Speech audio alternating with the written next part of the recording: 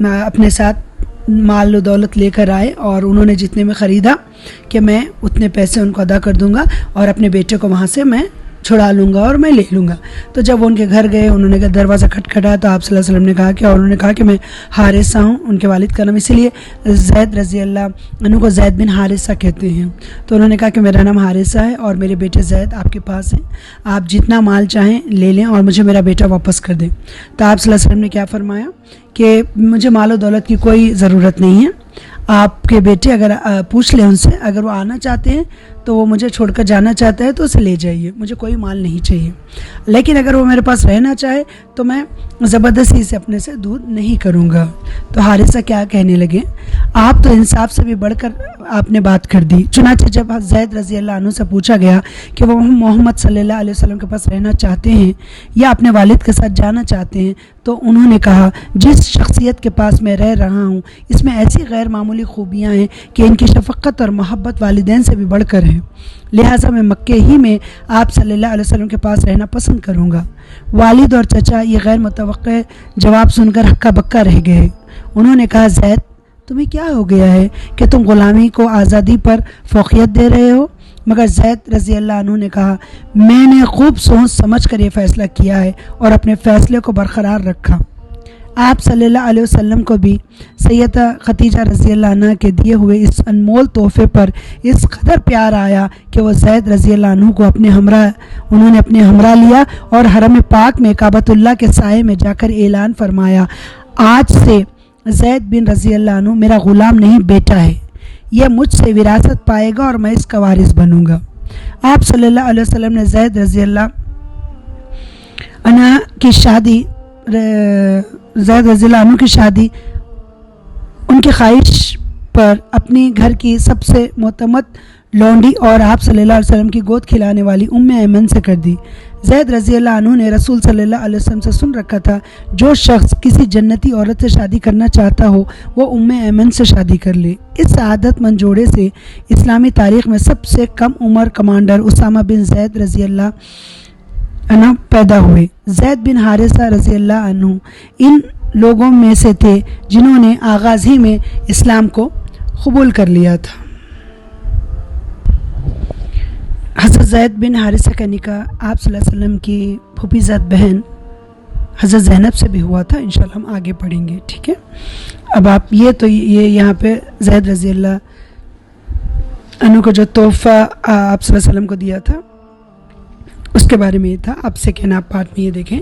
اب یہاں پہ بتایا گیا ہے کہ ایک نئی منزل غار ہیرا, اس عرصے میں سیدہ خدیجہ رضی اللہ عنہ کا تعاون, مطلب آپ صلی اللہ علیہ وسلم کو جب سچے خواب آنا شروع ہوئے تو وہ اس میں یہ بتایا گیا کہ آپ صلی اللہ علیہ وسلم غار ہیرا میں اپنا وقت گزارتے تھے. اب آپ دیکھیں آگے پڑھتے ہیں. غار ہیرا اور اس عرصے میں سیدہ خدیجہ رضی اللہ عنہ کا تعاون.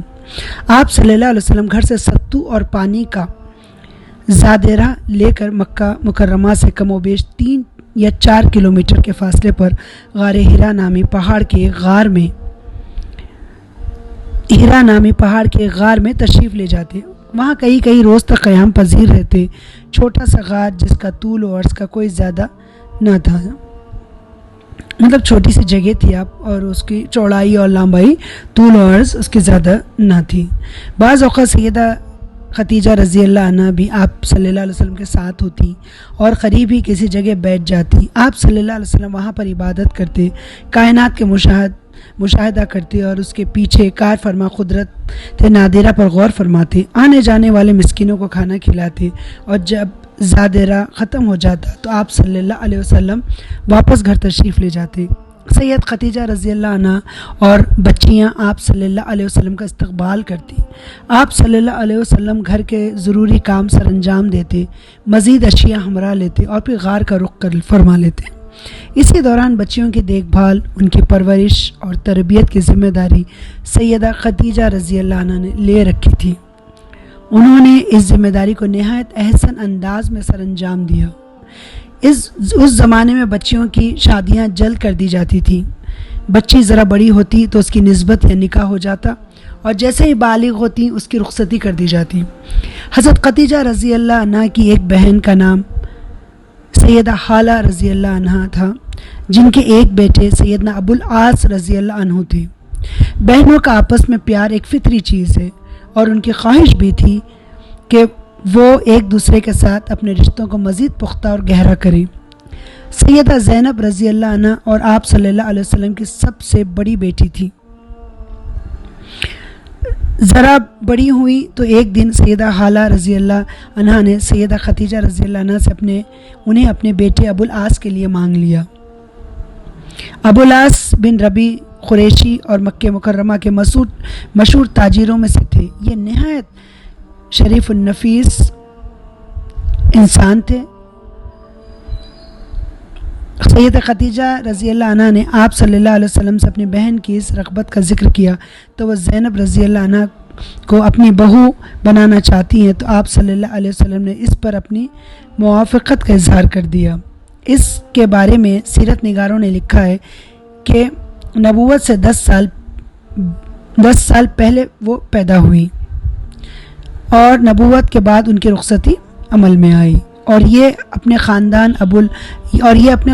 ابو العاص بن ربی رضی اللہ عنہ کے گھر چلی گئی۔ ایک ماہ کے لیے اس سے بڑی اطمینان بخش کوئی چیز نہیں ہوتی کہ اس کا داماد خوبصورت اور خوب سیرت ہو، اعلیٰ گھرانے سے تعلق رکھتا ہو، بیٹی اور داماد میں مثالی محبت ہو۔ ہر چند کے سردار ابو العاص بن ربی نے بہت بعد میں اسلام قبول کیا، مگر دونوں میاں بیوی میں مثالی محبت تھی۔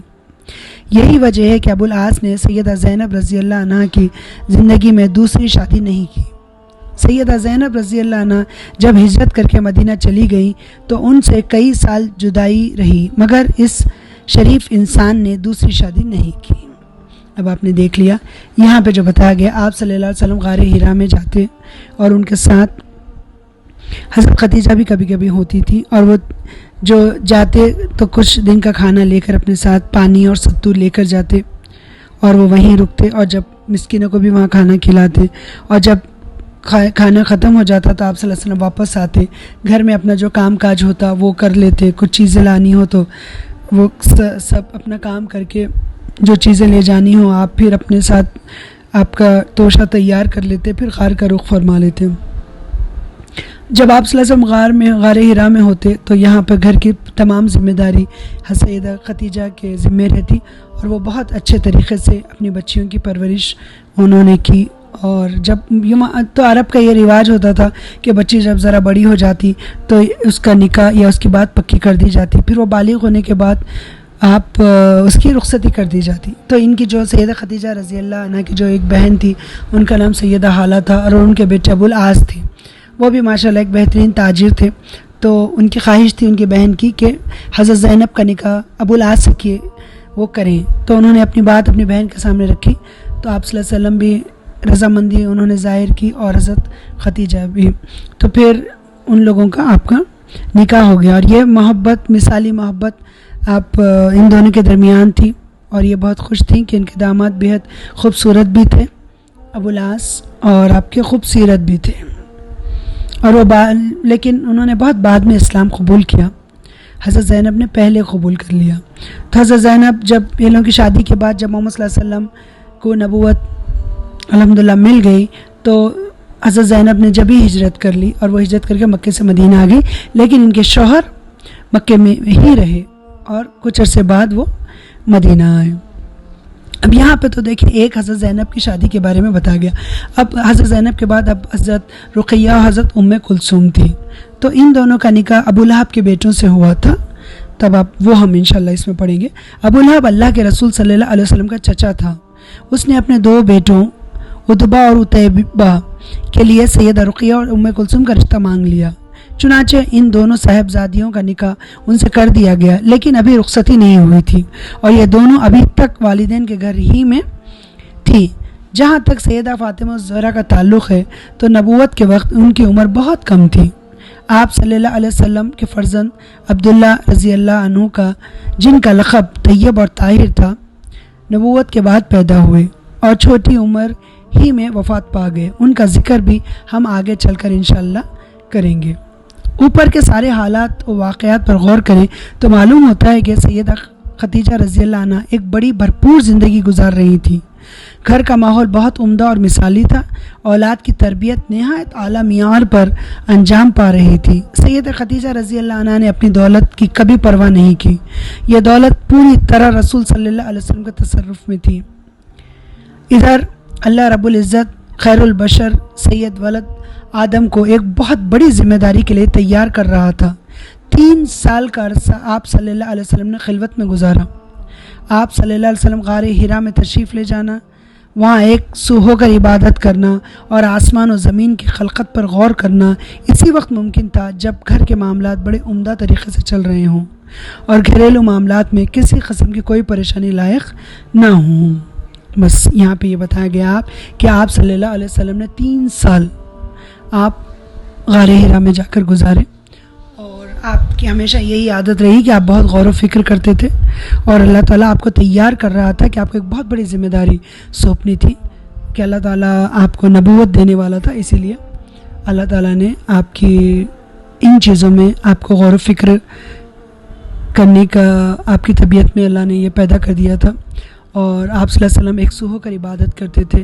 اور پھر گھر میں جیسے اس میں کہا گیا کہ جب گھر کے معاملات بڑے عمدہ طریقے سے چل رہے ہیں اور گھریلو معاملات میں کسی قسم کا پریشانی لاحق نہ ہو تو انسان اطمینان ہی رہتا ہے نا، آپ بتائیں۔ تو الحمدللہ رب العالمین آج ہم نے اتنا پڑھا، اور جیسا کہ ابھی میں آپ سے یہ بات پہ کہہ رہی تھی کہ ایک حضرت زینب کا نکاح تو ابو العاص سے ہو گیا تھا، لیکن یہ ابو لہب جو آپ کے ابھی ہم تبت یدا ابی لہب کا جو سورہ پڑھیں گے اس میں بھی یہ آ جائے گا۔